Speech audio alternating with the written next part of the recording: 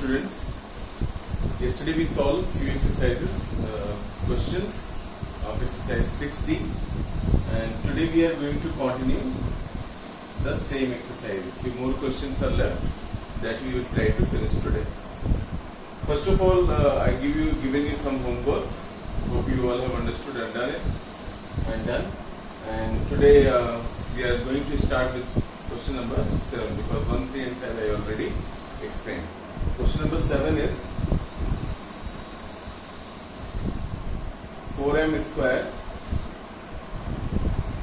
plus 24m plus 9. So it is given in the exercise, maybe not in all the books, but in few books it is given 24m. So it is only 12m. You can make corrections in your book. It is 12m. Okay, now break it. Make a rough column. Okay. It is 4m square. 4m square. I hope you remember that first and third term we have to see first.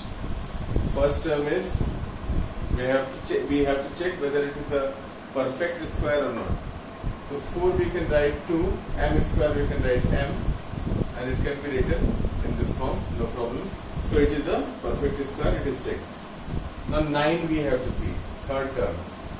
9 you know well that it is a square of 3, we know already.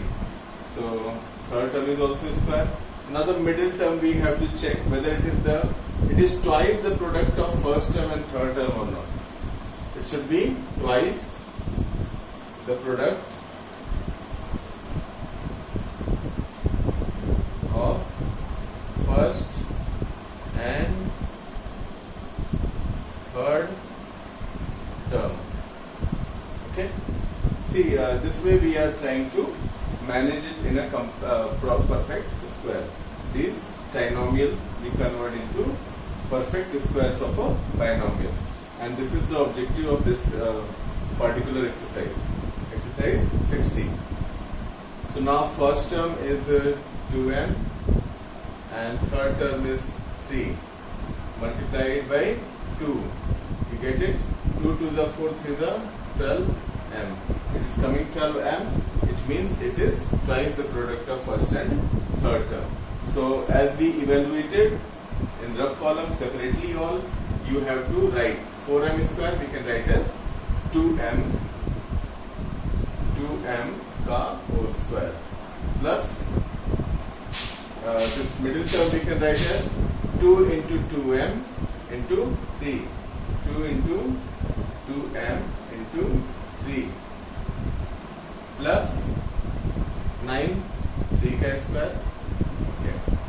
So it is in the form of a square plus 2ab into b square plus b square.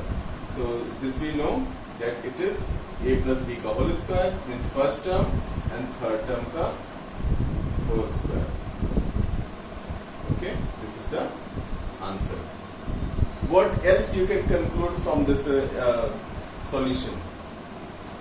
See, one thing we can see very clearly is the middle term is always the multiplication of first term and third term multiplied by 2. So this you always remember in mind that we are going to apply in the next questions. Okay? So these two keep in mind always. Understood? Now next question is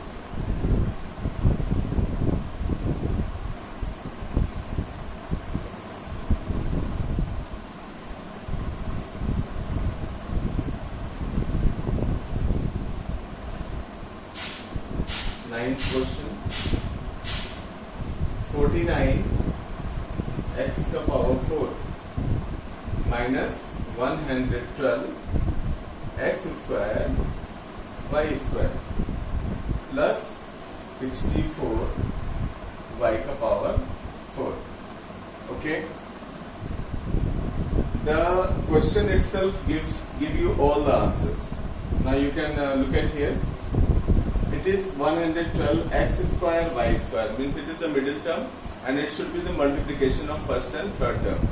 So we know clearly that first term will be x square somewhere and third term will be y square. Okay. So this 2 is clear. Now 49 is the perfect square of 7 and 64 is the perfect square of 8. 8 is the 64. 7 7 is the 49. Okay. So 49 x to the power 4 we can write as 7x square. We can get from here now. It is x to the power 4. So middle term explains what should be here. So x square complete square. Okay. 49x to the power 4 we can write as 7x square का whole square. Same way third term we can write 64 y to the power 4 we can write as 8y square का whole square. 8y square का whole square. Okay. Now we got 7 here, we got 8 here. Okay. So middle term we can break very easily. Middle term 112 x square y square. No, it is like that. The first one is 7x. We have to check. Third term is 8y and multiplied by 2. Okay. 7 8 is 56, 2 is 112. So it is coming like that. So it can be reduced in the form of a perfect square of binomial. These trinomials, 3 terms are there, can be reduced to the perfect square of a binomial. So 49x to the power 4 we can write as 7x square का whole square.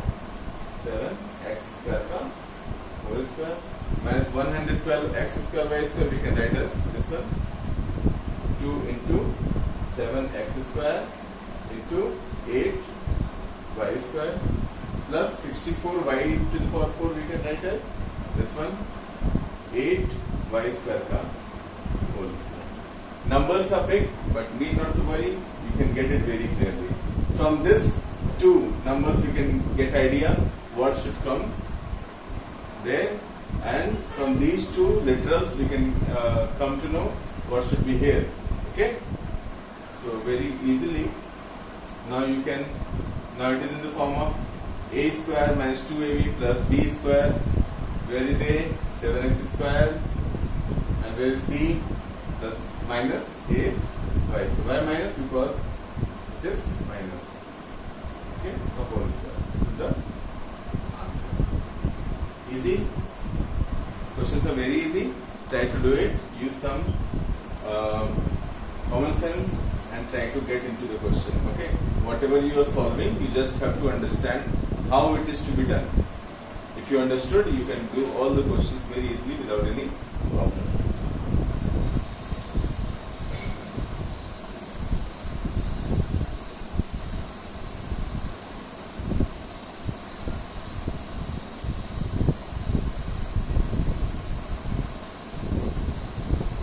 Since it is a video interaction, we are making videos and sending you all. So some of you, I know that very smart, so they are directly going to the solution and writing it down. Don't do like that. You understand the method how we are solving the question. If you will understand, then only you will solve it by yourself. If you are only looking for the answers or solution for a particular question, you will not get anything. So it is very important. You have to be the part of the explanation. Then the questions by yourself you can solve. So 11th question you can see, x square upon 9y square minus 2 by 5 plus y square upon 25 x square. Now if we will break into a perfect square this first term and third term, we will easily understand what will be there in the middle term. So let us break the first term and third term, and then we will understand what should be here. So let us see. X square upon 9y square. Okay. So 9 is the perfect square we know of 3, and x is the perfect square of square root of x. Okay. X square and it is y. So we can see that x upon 3y we can write as a perfect square instead of this one. And third term, you see, third term, y square upon 25 x square can be written as y upon 25 5 x square x, okay, perfect square. Now we know that first term is x upon 3y and third term is y upon 5x. So what should be here? Middle term. Middle term is the product of first term and third term multiplied by 2. First term you see x upon 3y and third term you see y upon 5x multiplied by 2. Only this one. Okay, when we will solve this, x will be cancelled out with x, y will be cancelled out with y. What will remain there? 2 upside and 3 times the 15 downside. What we have got here. Okay. So this we can write as 2 into first term x upon 3y into y upon 5x, the third term. Okay. So instead of this we can write x upon 3y whole square minus this we can write as this one 2 into x upon 3y into y upon 5x, first term, third term, okay, plus y upon 5x. Now look at here very clearly. I just want to explain you again. This should be the multiplication of first term and second term multiplied by 2. The middle term is explained like that. Okay. The first term we have got the third term. When we multiply by 2, if you will solve, you will get 2 by 15. Instead of this 2 by 15, we have kept this, so that we write in the perfect formula. So if it is a square minus 2ab plus b square, it is the formula of a minus b ka whole square. A is the first term, x upon 3y minus y upon 5x is the third term, the whole square. This is the answer. So hope you understood. Today I'll give you some more questions to solve it by self, and ask me if you have any problem. Question number 6, up to 6 I have given, 2, 4, 6. Now question number 8,